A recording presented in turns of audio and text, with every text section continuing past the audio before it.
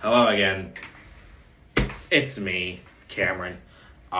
This next video will be about the Impact Project and what exactly the state should do to resolve this issue.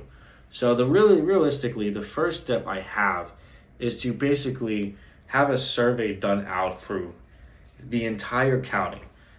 See how many kids are disabled are in these programs: football, wrestling, basketball, track and field. Do a survey on all of them, and then the next thing you would do is do a survey on the correlative sports that I mentioned in my previous video, and see how many kids who are disabled are really in these programs. And I think there is going to be a large discrepancy of students who just want to who aren't in those sports and want to be in these sports, the popular sports.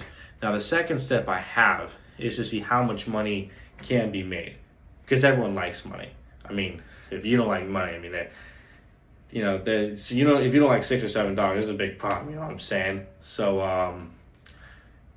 as I mentioned earlier, per the website Rich States Poor States, Maryland is 42nd in economic growth, which is really bad, which means a lot of the resources are allocated towards other needs.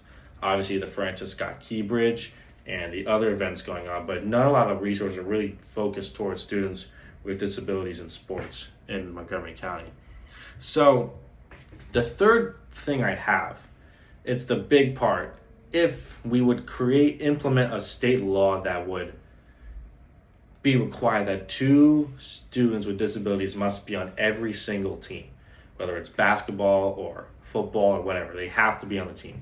Can't be managers, because in my experience, with managers and with kids, usually the managers are kids with disabilities, and they're really treated more like a mascot rather than an actual individual on the team, which I don't think is cool at all.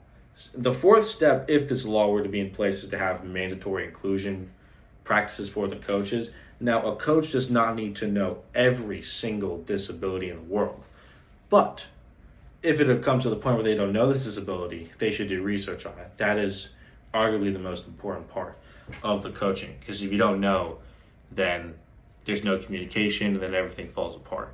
And then realistically, the last step would be to unify, or somewhat make a campaign for unified sports, and just make videos, showcase posters, have SGAs of the schools come together and put on pep rallies for the students. And it would be a great way to show just how much it would mean to these students who just want the chance to participate but can't due to the lack of modified sports that are available to them. And that's it. So see ya.